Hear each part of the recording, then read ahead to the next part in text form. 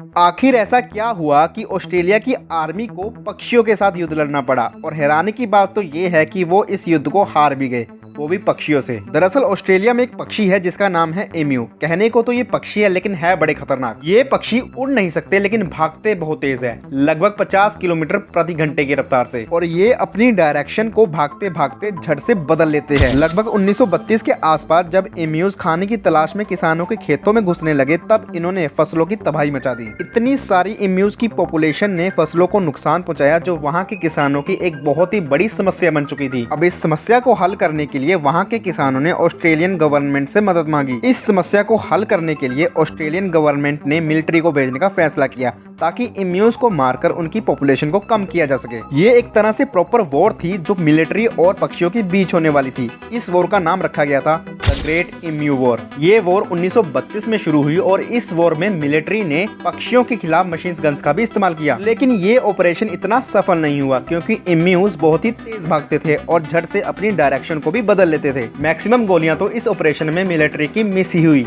लगभग 1 महीना, 1 हफ्ता और 1 दिन युद्ध लड़ने के बाद ऑस्ट्रेलिया की मिलिट्री को समझ आ गया कि इन पक्षियों के साथ युद्ध लड़ना संभव नहीं है, तो उन्होंने इस ऑपरेशन को वहीं रोक दिया और इस वॉर में एम्यूज पक्षियों की जीत हुई।